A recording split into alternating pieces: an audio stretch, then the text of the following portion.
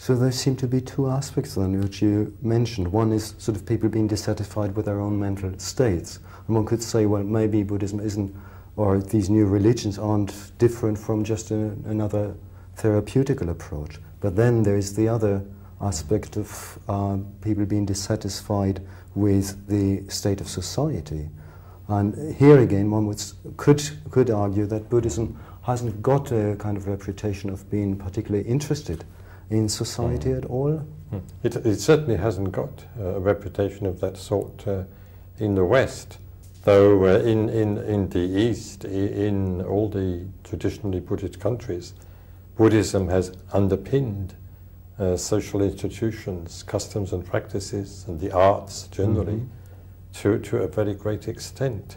So I think people who read about Buddhism or learn about Buddhism just from books don't see that aspect, because in books it's the theoretical and doctrinal aspect that is more prominent for obvious reasons. Could you say some more about what kind of positive effects Buddhism did have on traditional Eastern societies?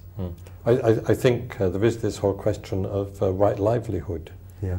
It was well understood that there are certain forms of livelihood which are unethical and which a serious Buddhist cannot engage in.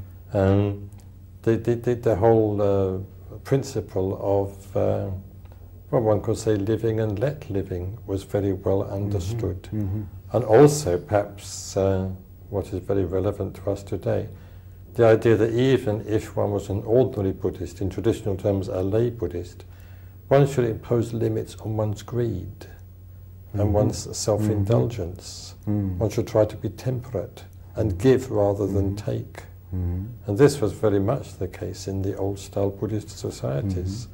We have accounts of them written, say, even in the last century by European visitors, finding that in, say, a country like Burma or a country like Thailand, people were not greedy and acquisitive in the sort of way that they very often were in the West. And this was due undoubtedly to directly due to the teaching of Buddhism. Do you see chance for that to be incorporated into Western society? Well, obviously in the FWBO there has been, a start has been made with right livelihood businesses. I think that really it's not a question of incorporation, because this suggests just minor adjustments.